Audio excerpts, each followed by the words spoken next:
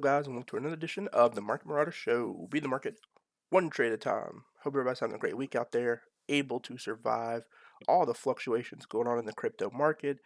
Seems like we are on a little bit of a bearish downward trend for crypto as a whole, but definitely going to be giving you some updates on what's going on for the whole crypto community in general with some of the articles that came across me at the time of recording. Bitcoin is at $38,655.10, down 1.20%, and Ethereum is at $2,570.35, down 0.82%. So definitely going to be looking at some of the things going on in the crypto world. Like I said last week, talked about the executive order that Biden was going to be signing. Going to give some regulations to what crypto is going on, so make sure you stay tuned and go check that previous um, information that was given out. So first article on here, China's digital yuan targeted in new bill from 9 GOP senators. So led by Senator Bill Cassidy and Senator Marsha Blackburn, 9 Republicans in the U.S. senators have introduced a bill aimed at setting regulations and guidance concerning China's digital yuan. So the bill is called the Say No to Silk Road Act, and would be, among other things, require the State Department to issue a warning on a digital yuan, require the Secretary of Commerce to report on trade enforcement actions, and require that any foreign government that receives financial assistance through the U.S. military disclose if they use China's central bank digital currency, which is called a CBDC, in either a settlement or reserve currency capacity.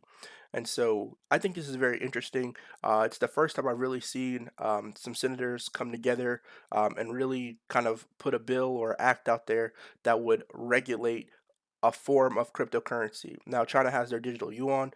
The U.S. currently does not have its own cryptocurrency, but I think it's a step forward as far as crypto regulations are concerned. One of the statements from Senator Blackburn was, "If I left unchecked, technologies, including China's digital yuan, will empower Russia to invade global sanctions on systems such as SWIFT and enable the CCP to further surveil and threaten their citizens." And this was in a press release of where Senator Blackburn said this. Then also Senator Cassidy said this bill holds China accountable as they introduce their new digital currency. So if you're not familiar, China is introducing a new digital currency called the digital yuan, which will replace the yuan, which they currently have, really going into the crypto currency development, very positively. Now, there have been other countries that have adopted cryptocurrency, like El Salvador adopted Bitcoin as legal tender. There are other countries that accept Bitcoin as legal tender, El Salvador being one of the most popular ones. But as far as a country having their own digital currency, there have been a couple, not really many. I think one country in Africa really, came up with their own digital currency. I can't remember what the name of it is at the time, but that has been, one country that's done it. But China is kind of a whole different ballpark because China's economy is so vast. And so having a regulation like this on the receival of the digital yuan, I think, is one step forward for cryptocurrency regulation from the US's perspective. And I think it's also based on all the tensions that are going on with the Russia Ukraine crisis. The whole point, I think, of this act or this bill is to try to prevent China or Russia from, taking money and getting empowered by China's digital yuan, and then, kind of being helped out from that situation. I think this is part of another act to help with the sanctions that the U.S. has already imposed on China. I mean, on Russia. And so I think those sanctions that they imposed on Russia this previous week, I think this is just trying to tie to it to make sure that some loose ends are cut when going into this situation. So I think it's very interesting. As far as that's concerned, I think it is one step forward for the U.S. to have overall cryptocurrency regulation. And I'm definitely interested to see some more development of this bill once it continues to go through. Next, I want to talk about eBay. So eBay teases a digital wallet in investor presentation as crypto rumors swirl. So the online marketplace eBay flashed a digital wallet slide in its investor day presentation on Thursday, adding to the chatter about the company's plans that it might respect crypto. And so eBay has floated the idea of crypto payments for some time, most recently in late February when CEO Jamie Ione told The Street the company is studying the potential for accepting cryptocurrency as it aims to be a go to marketplace for Gen Z and millennials. eBay already allows for the sale of non fungible tokens or NFTs on its platform. Other than saying its digital wallet will be ready to use in the second quarter, there was nothing specific from the company regarding crypto payments during the presentation. The CEO also said continuing to look at new forms of payment to add now that we've got rolled out the global payments complete. So I think this is a really good step forward for eBay. eBay essentially was a platform that grew based on people selling items that they didn't want or trying to sell items that they had that they want to, get a profit off of.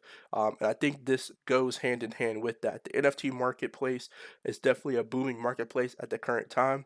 And so I think this could be a good step for them to really become a marketplace and secure their name as eBay with the same business model. So I think some people who are looking at this as a bad step forward for eBay, I think it's kind of a negative connotation because it really is a good step forward and it doesn't really change their business model.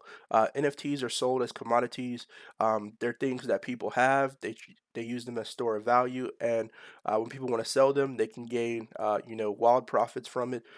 Bored Ape Yacht Clubs is one example of that a lot of celebrities hold. So showing the proof of concept for NFTs really isn't what eBay needs to justify. They just need to have a marketplace for people to be able to do that.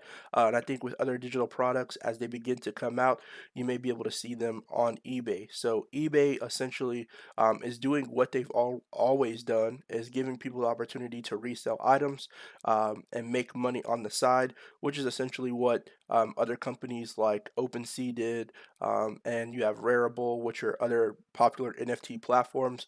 But I think eBay continuing to allow people to sell physical items as well as digital items will help grow their company overall. So lastly on here, I want to talk about Russians looking to the UAE to unload billions in crypto assets in a report.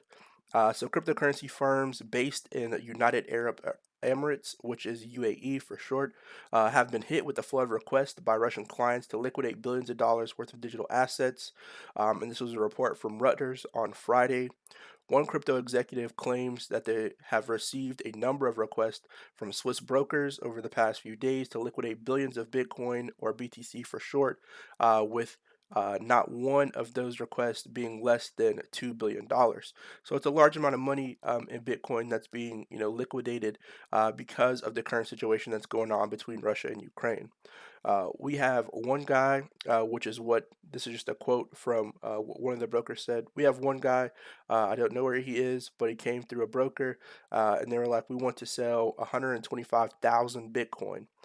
So that's quite a bit of Bitcoin, especially at the given price. You can do the math on that about how much money that is. He said it's about $6 billion, which I think is very interesting. You're starting to see a lot of people liquidate, especially from that region, a lot of the cryptocurrency, which I think is very interesting. I don't think that's going to be a downplay from Bitcoin, meaning I don't think Bitcoin is going to crash completely because there's so many people selling their Bitcoin. But I do see, the situation that's going on. Other Russians are looking to use their crypto to invest in property in the UAE. The report continued. Dubai has for years been a popular destination for Russians, and they've been amongst the top investors and buyers of real estate, and they're long before the Ukraine invasion began. So there are kind of two sides to this coin. You do have Russia being kind of the antagonist in this situation, then Ukraine kind of being the ones being attacked. Um, you know, Irregardless of the opinion of the politics of it, there are people who want to secure their financial futures on both sides. So there are people in Ukraine who may be in crypto who want to secure their future for their families, and there are people in Russia who want to secure their future in their families. Some people are for the conflict, and some people are not for the conflict. But I do think it's very interesting when it comes to finances, the different vehicles or different avenues that people have to rearrange their assets and their funds to secure their family's future and their family's wealth. I don't know of anyone that has 125,000 Bitcoin. That's quite a large amount of Bitcoin to have. $6 billion worth of Bitcoin. I think that's very impressive to have that amount of Bitcoin and to be able to liquidate it. I think is also impressive as well. Switching over to real estate. Majority of people, especially in the U.S., when they get a lot of money or they get money, people say, invest or go into real estate. So it seems to be, the trend of what people are doing now, switching over to real estate instead of and getting out of crypto, just moving from one asset class to another asset class, which is nothing uncommon for people. To gain or to protect their wealth. So I think it's very interesting to see all of this play out and to see how money moves and exchanges hands. Again, this is not a political channel. This is just talking about the financial point of view from it. But I think there's something to learn from this situation. From people who are having their economy collapsed, moving into real estate, taking tips from people who are wealthy and looking at how they spend their money, maybe something that could help you and your family's future moving forward. If people are taking their money and liquidating it and then going into real estate, then maybe something you may want to consider is getting into real estate. These are different clues to look at, especially when you see different things happen. The value of different monetary solutions start to go down. Like the ruble went down, I think to like a penny last week. And so Bitcoin didn't go down to a penny. Bitcoin went down, but it didn't go down that much.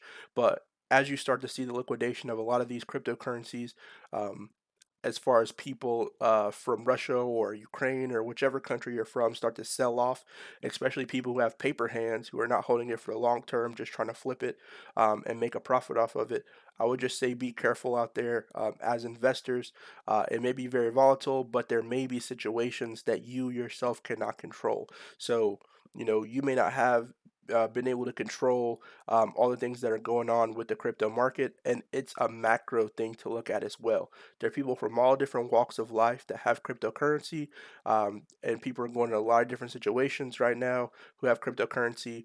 So if you start to see the market fall, if you truly believe in that cryptocurrency, and you're holding it for the long term, then I would say it may be advantageous to hold on to it, especially if you don't need the funds at this time.